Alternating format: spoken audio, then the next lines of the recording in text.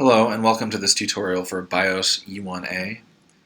In this video we'll work through a practice problem that reviews what you learned in lecture about glycolysis and fermentation, as well as how fermentation regenerates the electron carrier NAD+. This tutorial will also review the calculation of oxidation numbers for carbon.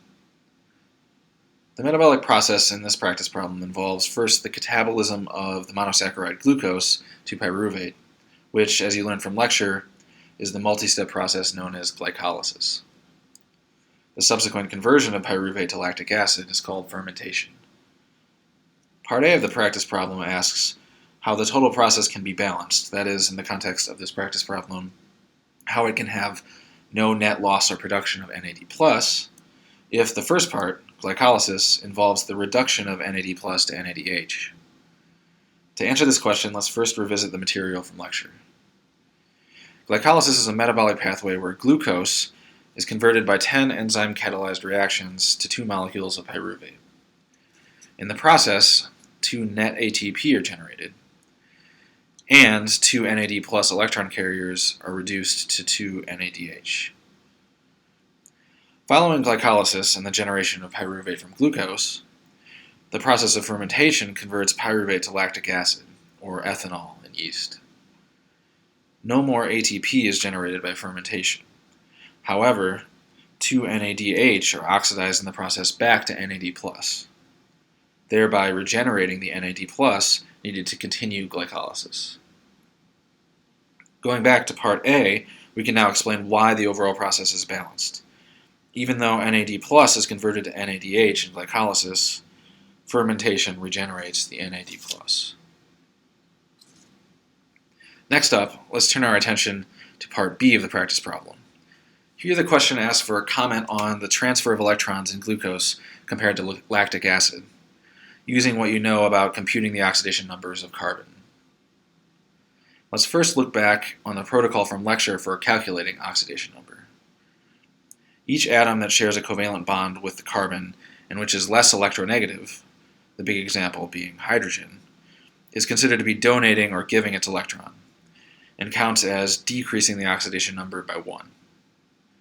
More electronegative bond partners like oxygen count as taking electrons and contribute a positive 1 to the oxidation number. Carbon-carbon bonds count as 0, so the oxidation number is equal to the number of electrons taken minus the number of electrons given to carbon. Putting this another way, the oxidation number is the number of bonds to electron takers minus the number of bonds carbon has to electron givers. Let's review some of the oxidation number calculations from lecture for examples of how to do this. The molecule on the left is methane. Its carbon is covalently bonded to 4 hydrogens, and hydrogen is an electron donator or giver. That means 4 bonds to electron givers and none to electron takers, so the oxidation number of this carbon is 0 minus 4, or negative 4. In contrast, carbon dioxide on the right has 4 bonds to the electron-taking oxygen. Each double bond will count for 2, and no bonds to electron-giving hydrogen. Its oxidation number will be 4 minus 0, or positive 4. With that review fresh in mind, we can start computing and comparing oxidation numbers of carbon in glucose versus lactic acid. Take this carbon in glucose. It has 2 bonds to electron takers, the oxygen in the ring and the oxygen in the hydroxyl group. It has 1 bond to an electron giver hydrogen, and 1 bond to a carbon, which doesn't count in the score. That makes the oxidation number for this carbon 2 minus 1, or positive 1. You can do the same work for the next carbon in glucose. It has 2 bonds to carbons, which won't count in the score. It has 1 bond to an electron taker oxygen. Subtract 1 for the bond to 1 giver hydrogen, and the oxidation number is 0. If you compare this with the next carbon, and with the next carbon in glucose, and do the same process, you'll see they also have oxidation numbers of 0. The last 2 carbons in glucose have oxidation numbers of minus 1 and 0.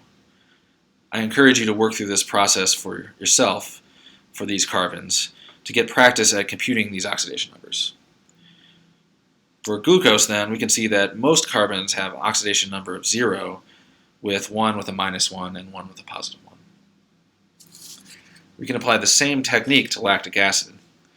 This carbon has an oxidation number of 0, 1 bond to an oxygen minus 1 bond to a hydrogen, while this carbon has an oxidation number of minus 3, from no bonds to electron taking oxygen, minus 3 bonds to electron giver hydrogens.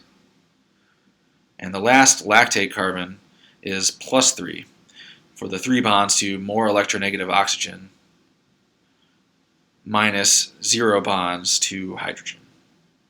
Lactic acid's carbons have oxidation numbers then of minus 3, 0, and positive 3.